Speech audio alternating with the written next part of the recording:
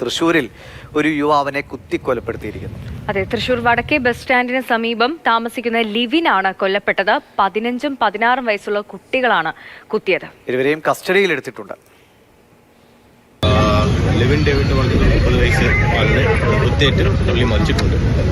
അപ്പോൾ പ്രതികളെന്ന് സംശയിക്കുന്ന 2 ജുവനൈൽസിന് ഇപ്പോൾ എനിക്ക് പേര് പറയാനില്ല. 2 പേരെയാണ് സംശയിച്ച് 2 പേരും ഇപ്പോഴും കസ്റ്റഡിയിൽ എടുത്തിട്ടുണ്ട്. ബാക്കി കാര്യങ്ങൾ ചോദിച്ചു വരുന്നതേ ഉള്ളൂ. മുൻവൈരാഗ്യം കൊണ്ടുവരേണ്ടതായിട്ട് നമുക്ക് തോന്നുന്നില്ല. ഇവിടെ എന്താണ് സംഭവിച്ചത് എന്ന് 1-2 സാക്ഷികളെ കണ്ട് നമ്മൾ ചോദിക്കുന്നുണ്ട്.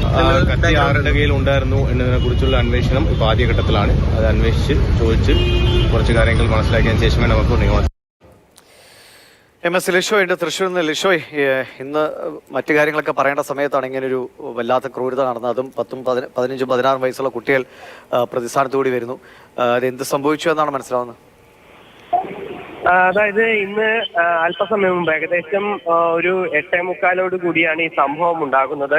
ഈ യുവാക്കൾ എന്ന് പറയാൻ പറ്റില്ല, കുട്ടികൾ 15ഉം 16ഉം വയസ്സുള്ള കുട്ടികളാണ് അവിടെ ഉണ്ടായിരുന്നത്. ആ കുട്ടികൾക്ക് അടുത്തേക്ക് ഈ ലിവിൻ അവരുടെ അടുത്തേക്ക് വരികയും ഇവരുമായി വാക്കുതർക്കം ഉണ്ടാവുകയും ചെയ്തു. തൃശൂർ സ്വരാജ് റൗണ്ടിനോട് ചേർന്ന് തേക്കിൻകാട് മൈതാനിയിൽ ജില്ലാ ആശുപത്രിയോട് ചേർന്നുള്ള പരിസരത്താണ് ഈ കുട്ടികൾ ഇരുന്നിരുന്നത്.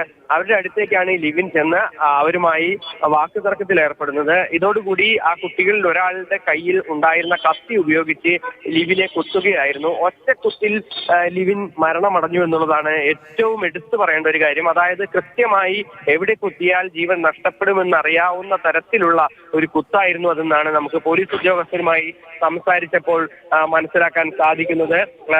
എന്തായാലും വലിയ ഒരു അക്രമം തൃശൂർ നഗരത്തിൽ തന്നെ ഉണ്ടായിരിക്കുകയാണ്.